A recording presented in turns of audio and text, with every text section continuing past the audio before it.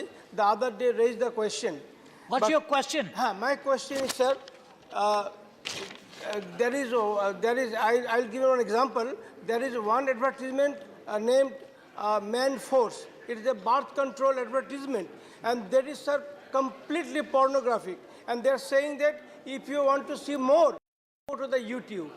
And, sir, this type of things are not being regulated, and the crime against women, atrocities against women are being raised, are increasing for this type of content in the television.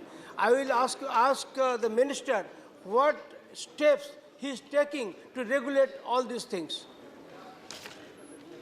Sir, there are overall about 900 television channels in our country, approximately, sir. 400 news channels and about 500 non-news channels. They're completely, from 24 hours, they're full of advertisements and full of the programs.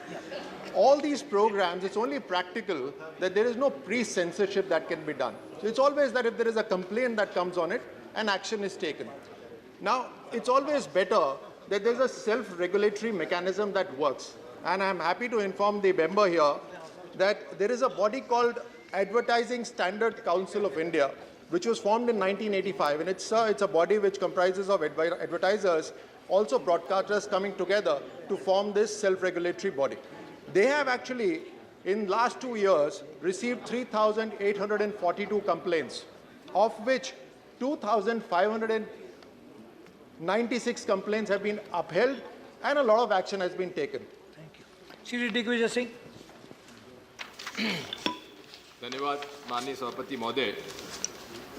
माननीय प्रश्न के उत्तर में जिस प्रकार की हमें उम्मीद थी उसी प्रकार का उत्तर मिला है। प्रश्न इस बात का है कि आज टीवी चैनल्स पर फेक न्यूज़ के माध्यम से ब्रेकिंग न्यूज़ बना दी जाती हैं और उसके बाद उन फेक न्यूज़ के प्रमाणित होने के बावजूद भी उन पर कोई कार्रवाई नहीं हो पाती है। अब माननीय मंत्री जी ने उत्तर दिया है कि गाइडलाइंस तय की जा रही हैं। मुझे नहीं लगता कि आप 2019 के पहले गाइडलाइंस तय कर पाएंगे, क्योंकि यदि आपने कठोर और कठिन गाइडलाइंस तय कर दी तो जो फेक न्यूज़ एक राजनीतिक रूप से उपयोग किया जा रहा है टीवी चैनल्स का, वो अपने आप रुक जाएगा। तो मैं आपके माध्यम से माननीय मंत्री से पूछना चाहता हूं कि फेक न्यूज़ चलाने वाले टीवी चैनल्स पर आप क्या कार्रवाई करेंगे? बिल्कुल। Thank you.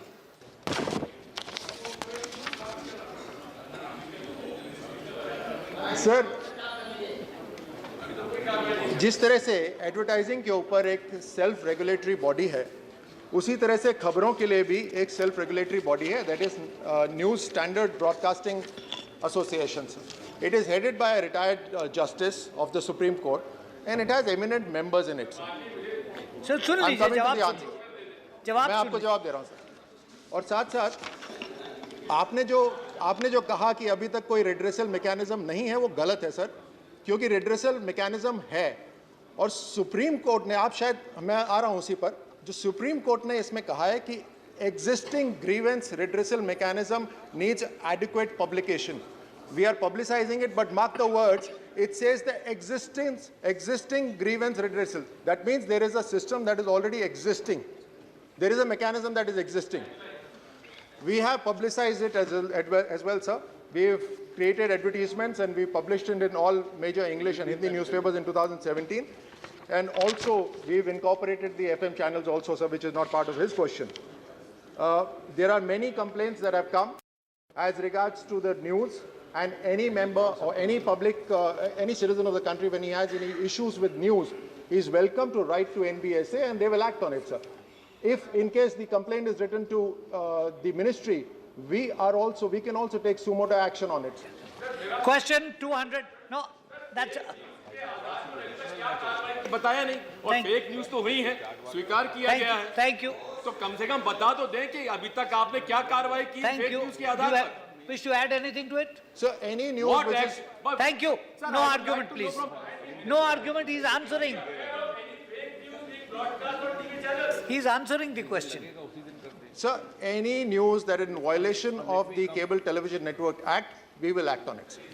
Thank you. Question 200. Sir, thank you, sir. Let the answer be question given. number 200. सभापति महोदय, प्रश्नोत्तर सभापटल पर रखा गया। Yes. Sir, the government has failed in timely disbursement of funds for scholarships and other welfare schemes for scheduled castes. As per newspaper reports, scholarships worth rupees 5,500 crore are outstanding.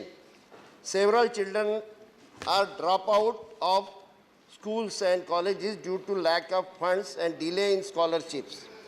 The budget allocation for pre-matric scholarship for SC students has gone down from rupees 550 crore in 16-17 to just 50 crore 17-18. What are the reasons and what the government plan to do about the same? सभापति महोदय, ये बात सही है। Post matric scholarship के बारे में माननीय सदस्य ने जो प्रश्न किया है और उन्होंने कहा है कि 7,500 करोड़ से ज़्यादा की धनराशि पोस्ट मैट्रिक स्कॉलरशिप के रूप में एरियर के रूप में अभी भी विद्यमान है। ये बात सही है, परंतु मैं जो मुझे जानकारी है उस जानकारी के आधार पर इतना ज़रूर कह सकता हूँ कि छात्रों की संख्या पहले की तुलना में कम नहीं हो रही है, परंतु ये चिंता का विषय है। और ये जो एरियर है वो 12-13 और 13-14 से ही लगातार चला आ रहा है।